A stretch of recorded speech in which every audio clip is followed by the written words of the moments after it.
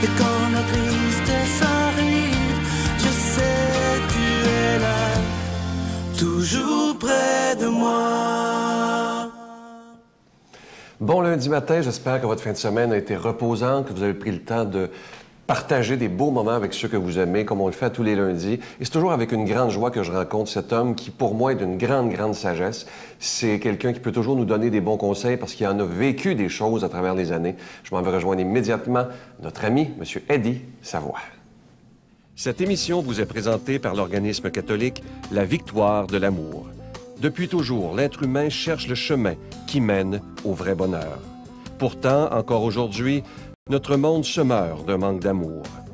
Il y a plus de 2000 ans, un homme du nom de Jésus de Nazareth est venu bouleverser le monde, et ce, à tout jamais.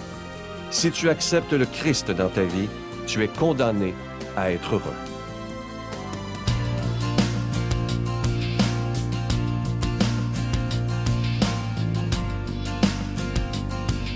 Comme à tous les lundis, je suis avec notre ami, M. Eddie Savoie. M. Savoie, bonjour. Bon lundi. Plaisir. M. Savoie, lorsqu'on vous rencontre, vous êtes toujours, en tout cas à date, ça fait une couple d'années, je vous connais, vous êtes toujours calme. Mais comment vous faites lorsqu'il y a des choses qui se mettent à aller mal autour de vous, quand l'adversité arrive, pour rester aussi calme que vous êtes? Mais voyez-vous, M. Sylvain, c'est des choses qui s'apprennent quand même dans la vie. Puis moi, comme je suis arrivé à Montréal très jeune, j'avais 14 ans, fait que j'avais pas beaucoup le choix d'apprendre quand même que dans la vie, que tout ne peut pas aller toujours comme on voudrait. Moi, quand je suis arrivé, j'aurais bien aimé me trouver un job avec un bon salaire, mais malheureusement, j'étais pas le seul à attendre après ça.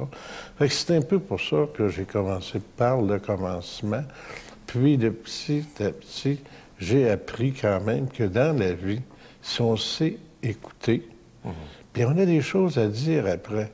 Puis bien des fois, on va pouvoir régler les choses parce qu'on a écouté. Parce que c'est très facile de se choquer, de dire n'importe quoi.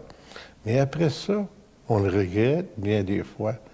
Puis pour moi, je me suis toujours dit une chose, même à mon épouse, même aux enfants, vous savez une chose, écoutez. Puis après que vous allez avoir écouté, il va vous en rester des choses à dire. Puis ça se peut qu'il y ait certaines choses qui vous sont dites, puis qu'il y ait raison aussi. Mais on peut se corriger. Puis moi, dans la vie, j'ai toujours dit une chose. Si on sait écouter, on va à peu près régler tout ce qui va nous arriver. Mais si on ne sait pas écouter, on ne pourra pas arriver à régler les épreuves. Parce que, vous savez, il y a des fois qu'il y a des gens. Où est-ce qu'il va arriver les plus grosses problématiques? C'est quand que quelqu'un vient te voir, puis il est persuasif, puis il va te dire quelque chose, puis en réalité, la confiance s'établit énormément.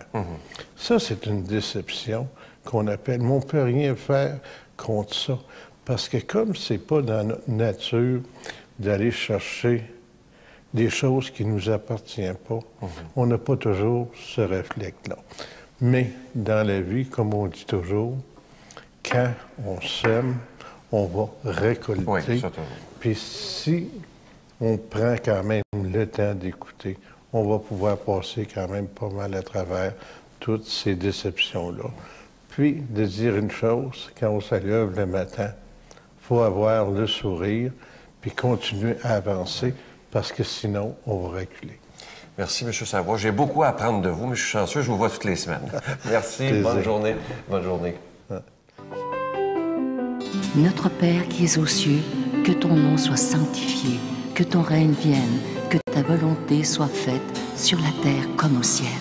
Donne-nous aujourd'hui notre pain de ce jour. Pardonne-nous nos offenses, comme nous pardonnons aussi à ceux qui nous ont offensés. Et ne nous soumets pas à la tentation, mais délivre-nous du mal, car c'est à toi qu'appartiennent le règne, la puissance et la gloire, pour les siècles des siècles. Amen. Demandez et vous recevrez. Ayez l'audace de croire en l'impossible. Voilà ce que Jésus nous promet dans l'Évangile. C'est un très beau verset, mais est-ce qu'on y croit vraiment?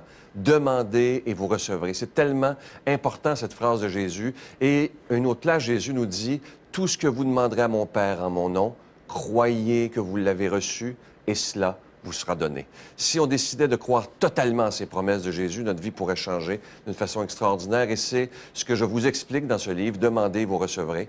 Il y a déjà des milliers de personnes qui l'ont commandé à travers les années et je sais que c'est un livre qui a fait du bien. Alors moi, je vous remercie de tout cœur de votre grande générosité. Vous savez que vos dons nous permettent de payer pour être à la télévision, pour la production et la diffusion. Et je vous rappelle que vous recevrez comme cadeau un livre avec un don de 25 $ et plus, et vous en recevrez 2 avec un don de 40 $ et plus. Je vous donne l'adresse. La Victoire de l'amour, casier postal 120, succursale Boucherville à Boucherville, le J4B 5E6, je vous la redonne. La Victoire de l'amour, casier postal 120, succursale Boucherville à Boucherville, le J4B 5E6. Également par téléphone, par carte de crédit dans le 514-523-4433, 523-4433, ou sans frais, le 1-888-811-9291, 1-888-811-9291, et aussi sur notre site Internet, le www.lavictoiredelamour.org. Alors, je vous rappelle le titre de ce nouveau livre, « Demandez et vous recevrez ». Moi, je suis sûr que si on mettait les conseils de Jésus en pratique, notre vie changerait totalement. Et cette phrase-là, elle est vraie. « Demandez et vous recevrez ».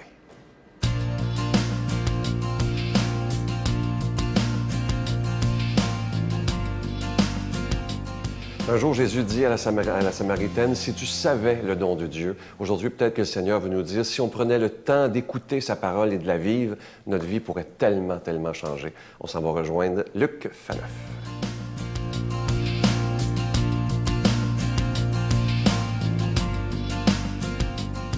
Bonjour, heureux de vous retrouver pour cette méditation de la parole. Aujourd'hui, la parole de Dieu qui fait vivre va nous montrer que l'incarnation de Jésus a vraiment marqué un temps nouveau dans l'histoire des êtres humains. Un temps de conversion, oui, mais un temps surtout d'accueil de la bonne nouvelle. Quelle bonne nouvelle? Écoutons l'Évangile, mais demandons d'abord à l'Esprit Saint, n'est-ce pas, de venir habiter nos cœurs et nos intelligences afin que nous recevions vraiment avec grande foi et avec fruit cette parole de Dieu. Après l'arrestation de Jean le Baptiste, Jésus partit pour la Galilée proclamer la bonne nouvelle de Dieu. Il disait, « Les temps sont accomplis, le règne de Dieu est tout proche. Convertissez-vous et croyez à la bonne nouvelle. » Passant au bord du lac de Galilée, il vit Simon et son frère André en train de jeter leurs filets. C'étaient des pêcheurs. Jésus leur dit, « Venez derrière moi, je ferai de vous des pêcheurs d'hommes. » Aussitôt, laissant là leurs filets, ils le suivirent. Un peu plus loin, Jésus vit Jacques, fils de Zébédée, et son frère Jean, qui étaient aussi dans leur barque et préparaient leurs filets. Jésus les appela aussitôt. Alors, laissant dans la barque leur père avec ses ouvriers, ils partirent derrière lui. Acclamons cette parole de Dieu, louange à toi, Seigneur Jésus. Et oui, dans cet évangile, Jésus va... Je dirais que c'est en deux sections. Dans la première section, Jésus va vraiment bien montrer, en fait, Marc, n'est-ce pas, qui rédige l'Évangile, va vraiment bien montrer qu'avec l'incarnation de Jésus, l'incarnation de Dieu venu en Jésus, Jésus est la parole de Dieu venue sur terre, vraiment, les temps sont accomplis. Ça veut dire quoi, ça, les temps sont accomplis? Bien, si on entend ça aujourd'hui, je dirais, pour peut-être vous et moi, ça nous ferait penser à une fin du monde, je ne sais trop. Là, ce n'est pas tout à fait ça. Les temps sont accomplis, ça réfère bien au contexte bien particulier des Juifs, des croyants d'Israël. Pour eux, les temps sont accomplis, ça signifiait que cette longue histoire, débutée il y a plus de 1000 ans avant Jésus, en fait presque 2000 ans avec Abraham puis Moïse, on évalue que la sortie d'Égypte, c'était vers moins 1200 avant Jésus-Christ, que ce temps, n'est-ce pas, de l'éruption de Dieu dans l'histoire, Dieu qui libère le peuple, Dieu qui fait cette première alliance, Dieu qui donne les 10 commandements, Dieu qui promet fidélité éternelle et salut à ce peuple, et Dieu qui plus tard, après les juges, après les rois, après les grandes déceptions de la plupart des rois, Jésus qui va promettre le Messie. Dans Isaïe, « Voici que la Vierge enfantera un fils, le Messie d'Israël, le Dieu fort, le Dieu, etc., ce qu'on chante à Noël chaque année. » Eh bien voilà, les temps sont accomplis, le Messie est là. Donc Jésus parle de lui-même pour bien montrer que voilà, il est l'aboutissement de quelque chose. Qu'après lui, au fond, ben voilà, d'une certaine façon, on n'aura plus besoin d'autre chose. Mais évidemment, on sait que à la Pentecôte, l'Esprit Saint va descendre. Mais voilà, l'Esprit Saint, Jésus et le Père, c'est la même chose. Donc vraiment, en Jésus, les temps sont accomplis. Donc ça veut dire que, et là je le répète, après Jésus, il n'y a plus besoin de nouvelles révélations. Et ça nous parle pour aujourd'hui. Hein? Parce qu'il y a beaucoup de gens encore qui, évidemment, se posent des questions sur Dieu et qui cherchent. Il y a un paquet de nouvelles religions qui sont apparues depuis la mort de Jésus. Et voilà, nous, comme chrétiens, on est obligés de dire non, non, non, non. Jésus est la dernière parole du Père. Oui, je sais, il y en a qui sont présentés après Jésus, hein, quelques siècles plus tard, comme étant les nouvelles envoyées de Dieu et tout le reste, mais malheureusement, dans le contexte chrétien, on ne peut pas accepter ces révélations-là. Jésus, hein, comme nous dit Jean de la Croix, nous a tout dit ce qu'on avait à savoir sur Dieu. Pas besoin d'aller voir les cartomanciens puis lire l'astrologie et tout le reste. En Jésus, on a la révélation complète et totale de Dieu. Et c'est ce que vous faites chaque jour, hein, en écoutant la parole, en la méditant. Vous essayez de vous contempler Dieu. Vous contemplez Dieu dans la parole de Jésus. Bien, Jésus, au fond, demande hier et aujourd'hui, convertissez-vous et croyez à la bonne nouvelle. C'est quoi cette conversion? Bien, pour les Juifs de l'époque, c'était clair. C'était d'une certaine façon de quitter l'ancienne religion juive et la loi, hein, qui les écrasait avec toutes ces prescriptions. Voilà, si je respecte ma liste à chaque jour, je vais être sauvé, je deviens juste. Non, Jésus, au fond, mais ça va être dur de les convaincre, surtout les docteurs de la loi.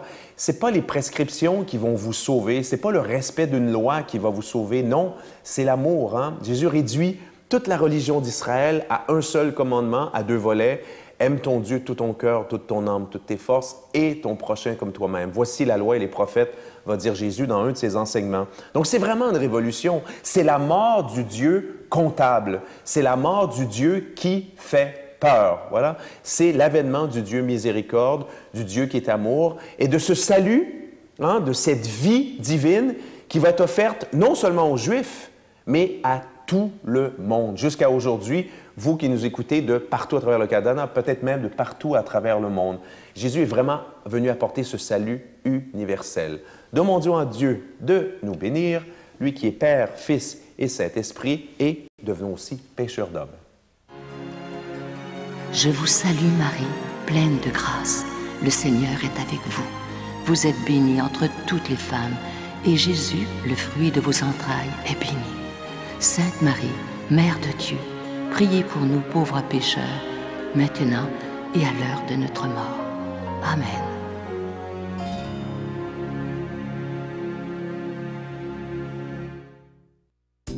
La Victoire de l'amour vous invite à sa retraite spirituelle dans le centre du Québec les 31 mai, 1er et 2 juin 2013.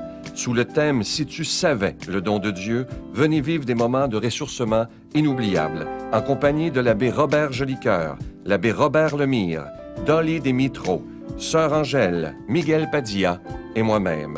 À l'hôtel et suite Le Dauphin de Drummondville, réservé rapidement avec voyage intermission dans le 514-288-6077, 288-6077 ou sans frais le 1-800-465-3255, 1-800-465-3255. Venez vivre une fin de semaine exceptionnelle remplie d'amour, de joie et de paix.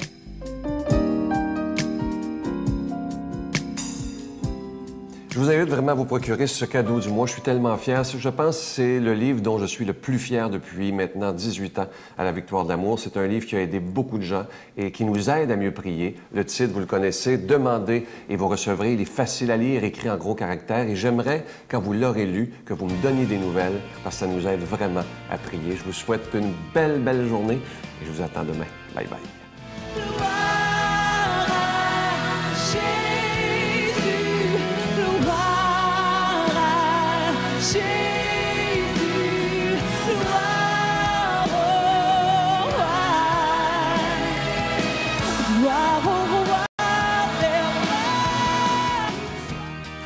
La Victoire de l'amour remercie de tout cœur les Résidences Soleil de leur accueil si chaleureux.